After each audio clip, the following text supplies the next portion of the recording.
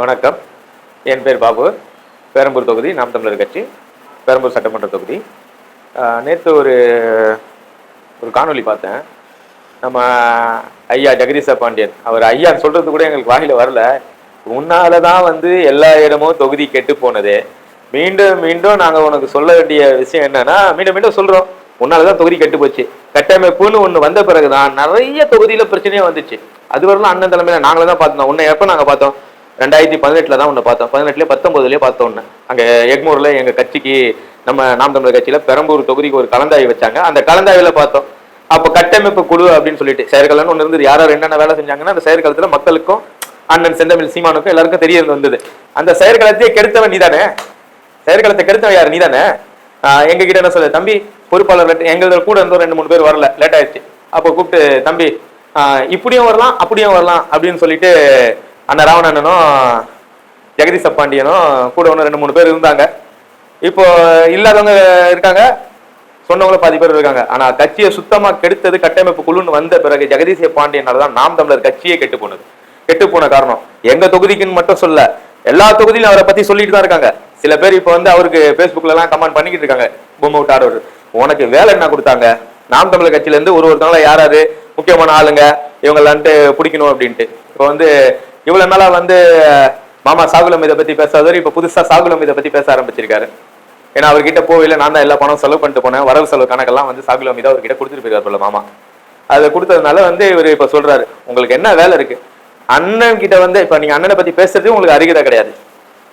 ஜெகதீச பாண்டியன்றவர் டைரக்டராக ஏதோ ஒரு படத்துல ஏதோ ஒரு பொறுப்புல இருந்திருப்பீங்க நீங்க. ஆனா அப்படி இருந்தீங்கன்னா உங்களுக்கு தெரிஞ்சிருக்காது. நாம் தமிழர் கட்சிக்குள்ள நீங்க வந்ததுக்கு அப்புறம் தான் ஜெகதீச பாண்டியன்னா யாருன்னு சொல்லிட்டு அண்ணன் போற ஒரு காணொலியில நீங்க முன்னாடி பின்னாடி கேமரா பின்னாடி நின்று அதுக்கப்புறம் தான் உங்களுக்கு அந்த மரியாதையே கிடைச்சிச்சு. நாம் தமிழர் கட்சியில இருந்தா உங்களுக்கு மரியாதை கிடைச்சி இங்க தமிழக வாழ்வுரிமை கட்சியில இப்ப ஏதோ ஒரு பொறுப்பு போயிருக்கீங்க பாத்தீங்களா? அது நாம் தமிழர் கட்சியில இருந்ததுனால தான். இந்த கட்சியில இருக்கிறதுனால தான் எல்லாருக்கும் மரியாதை, புரியுதுங்களா? நாம் தமிழர் கட்சியில இருந்ததுனால்தான் இந்த கட்சி விட்டு போனவங்களுக்கும் மரியாதை. எப்படின்னா, அண்ணன் செந்தமிழ் சீமான் கிட்ட கத்துக்கிட்டீங்க, எல்லாத்தையும் கத்துக்கிட்டீங்க. நீங்க என்ன கத்துக்க வேண்டிய விஷயமா எல்லாத்தையும் கத்துட்டீங்க. அவர் கும்முன்னு இருந்தாரா? அவர்கிட்ட 2 பேரும் உட்காந்து விவாதம் பண்றீங்களா? சீமான் அண்ணன் நீங்களும் நீங்க பிரஸ் மீட்ல கொடுக்குறீங்களா? சில்லற பசங்களோட எல்லாம் பேசக்கூடாதுன்னு அவர் கம்முன்னு இருக்காரு, புரியுதுங்களா? அவரை பேசணும்னு அவசியம் இல்லை. நீங்க எங்க கிட்ட பேசுறீங்களா? நீங்க கட்சியில என்னென்ன பண்ணீங்க, என்னென்ன செஞ்சீங்க, யாராருக்கு என்னென்ன பண்ணிட்டு இருந்தீங்க, எங்க கிட்ட பேசுங்க. எங்க கிட்ட பேசிட்டு அதுக்கப்புறம் நீங்க சீமான் கிட்ட போங்க. உங்களுக்கு அசைன்மெண்ட் கொடுத்துருக்காங்களா? ஒருவருக்கும் என்னென்ன வேலை பார்க்கணும் அப்படின்னு சொல்லிட்டு யார் பேரை சொல்லி கூப்பிடணும்ட்டு. நீங்க யார் பேர் சொல்லி இவங்க அதை பண்ணாங்க அதை பண்ணி இதை பண்ணாங்கன்னு சொன்னா கூட உங்களால நாம் தமிழர் கட்சியை வீழ்த்த முடியாது. உங்ககிட்ட சொன்னார் அண்ணன் கூட்டணி போவேன், கூட்டணி பார்க்கணும்ட்டு. கூட்டணிக்கு எதுக்கு?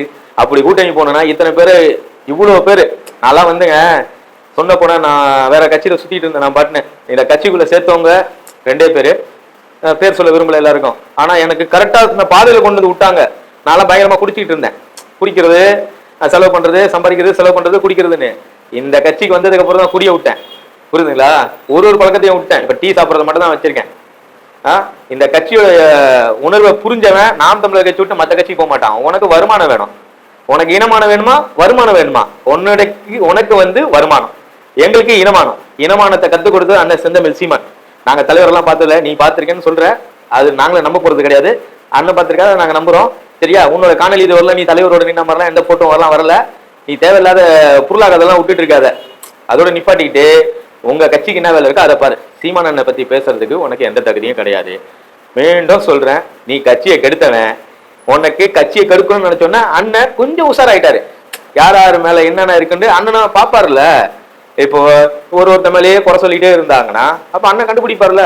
அதை கண்டுபிடிச்சிட்டாரு, அதனால நீ போயிட்ட. இப்போ நீங்க இல்லைன்னா கட்சியை நடத்த முடியாதுன்னா இப்ப போய் நான் ஒரு 2 வருஷம் 1.5 வருஷம் இருக்கோமா, நீங்க ஒரு வருஷம் இருக்கோமா வேற கட்சிக்கு போயிட்டு ஏதோ கட்சி நாம் தமிழர் கட்சி கலைச்சிட்டாரு அண்ணன்? இல்ல நடந்துதானே இருக்கு. நீங்களே இல்ல, நானே இல்லாட்டினாலும் அந்த கட்சியை நடத்திட்டு இருப்பாரு.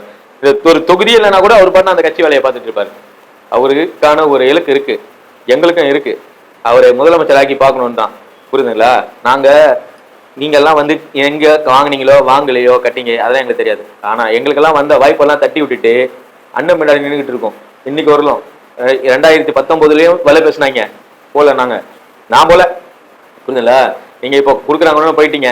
இப்ப எங்களையும் தான் கூப்பிட்டீங்க, நாங்களாம் வரமாட்டோன்னு சொல்லியாச்சு. மீண்டும் நீங்க இருக்கிறவங்களை யாரையா கூப்பிட்டு பாத்துங்களா? உங்களை நம்பி வந்தவங்க. அது என்ன வாய்ப்புனா, எங்களுக்கு தான் எலெக்ஷன் டைம்ல வேலை செய்யாதீங்க, நான் தமிழர் கட்சிக்கு இது நான் சீஃப் ஏஜென்டா இருந்தேன். நீங்க இங்கெல்லாம் வேலை செய்யாதீங்க தம்பி, நான் உங்களுக்கு ஒரு அமௌண்ட் கொடுத்துட்றேன், நீங்க பாட்டு ஓரமா இருங்க, நீங்க இங்கெல்லாம் ஓட்டு கேட்கறதுக்கு இங்கெல்லாம் பர்மிஷன்லாம் வாங்கி கொடுக்காதீங்க, உங்க வேட்பாளர்லாம் வர விடாதீங்க, நாங்க எல்லாம் பாத்துக்கிறோம் அப்படின்னு எங்களுக்கும் ஆளுங்கட்சி அப்ப இருக்கிற ஆளுங்கட்சி எங்களை கூப்பிட்டு வச்சு பேசினாங்க. என்ன கூப்பிட்டு வச்சு பேசினாங்க, அதெல்லாம் முடியாதுங்க, என் வேலை நான் பாக்குறேன், உங்க வேலையை நீங்க பாருங்க, உங்களுக்கு நான் டிஸ்டர்ப் பண்ண மாட்டேன், நான் என் வேலையை நான் பாத்துறேன்.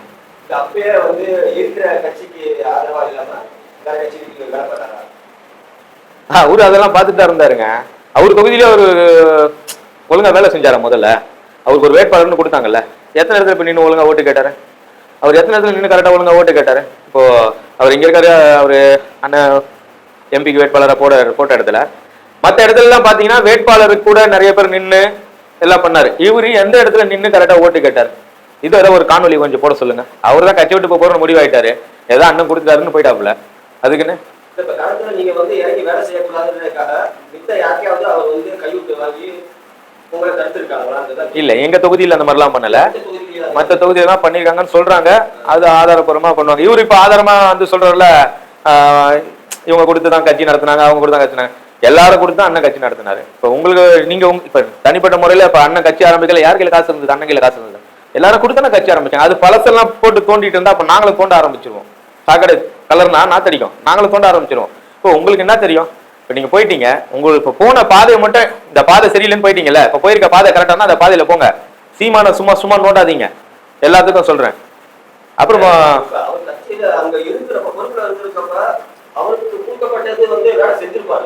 அவரு கட்சியில பொறுப்புல இருக்கையில இவரு பொறுப்பு போறதுக்கு இவருக்கே வந்து கட்டிங் கொடுத்தாங்க பொறுப்பு போடுவாரு. ஆமாங்க, இல்லன்னு சொல்லுங்க. இவர் மேல் கொண்டு திரும்பி பேசினா நான் பேச ஆரம்பிச்சிருவேன். ஏன்னா என் தொகுதியில நான் அடிபட்டவன், எனக்கு தெரியும். என்கிட்ட சொன்னது, என் தொகுதியில நான் அடிபட்டவன். 3 வருஷம் நான் கட்சியில வந்து வேலை செஞ்சுட்டு இருக்க வேலையே, எல்லா வேலையுமே என் தலைமையில தான் எல்லாம் பண்ணுவாங்க.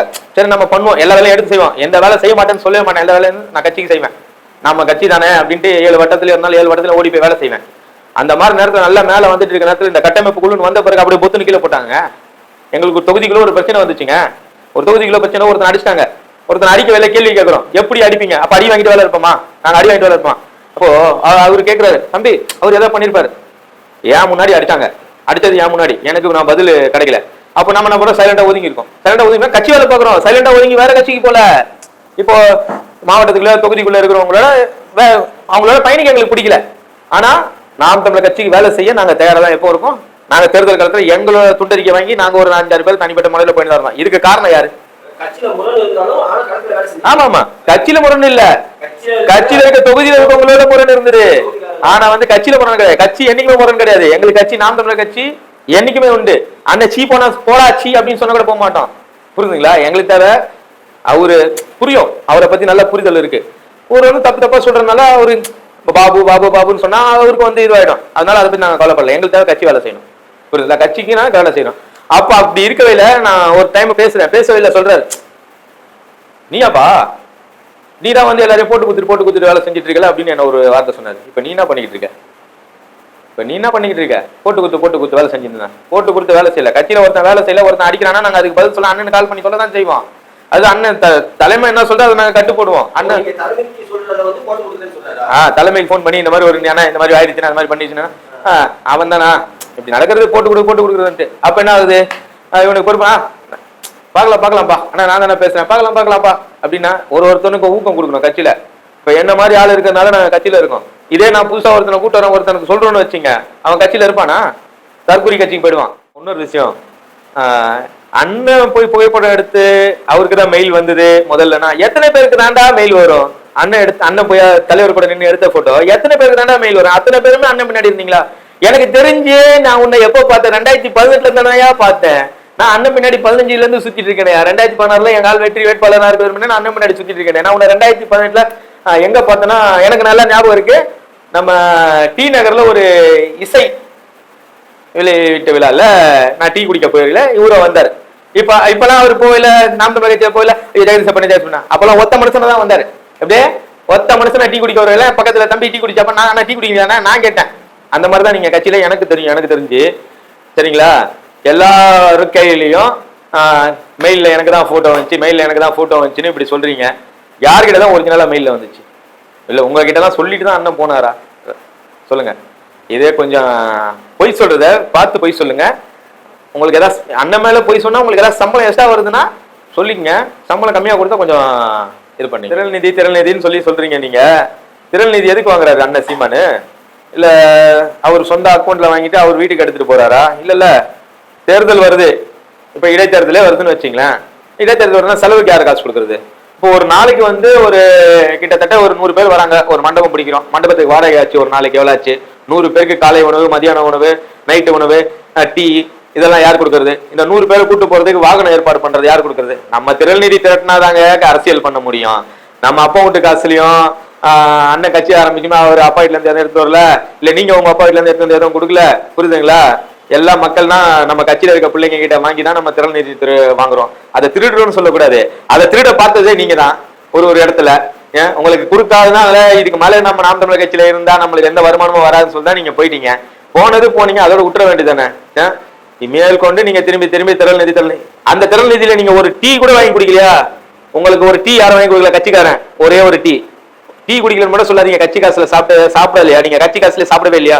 எந்த மண்டபத்துல உணவு சாப்பிடல, இல்ல எதுவுமே பண்ணலையா, இல்ல டீ குடிக்கலையா? அதெல்லாம் வந்து நீங்க திரள்நிதியை பத்தி பேசுறதுக்கு உங்களுக்கு யோகிதையே கிடையாது. அதை நிப்பாட்டிங்க. மேலும் சீமானனை பத்தி பேசுறதுக்கு உங்களுக்கு தகுதியும் கிடையாது, புரியுதுங்களா? நீங்க போயிட்டு உங்க கட்சி வேலையை பாருங்க. நாங்க தலைவர் கூட இருந்த முதல்ல எனக்கு தான் வந்து மெயில்ல வந்தது, என் கையில தான் இருக்குது அப்படின்னு சொல்றதையும் நிப்பாட்டிங்க. மேற்கொண்டு நீங்க பேசுனீங்கன்னா நாங்களே பேச ரெடியா இருக்கோம். நீங்க இல்ல பேசினோம்னா பேசுங்க வலைவழியில, இல்ல நேர்ல பேசினா கூட நேர்ல பேசுங்க, ஒன்னும் பிரச்சனை இல்ல, விவாதம் பண்ணிக்கலாம். உங்களுக்கு விவாதம் பண்றதுக்கு இது கிடையாது. எல்லாமே படம் ஷூட்டிங் மாதிரிலாம் கிடையாது. படம் எடுக்கிறதுக்கு அண்ணனை பத்தி தப்பா இனிமே எதுவுமே பேசாதீங்க. அது உங்களுக்கு இது 2வது முறை காணொலி கொடுக்குறேன்.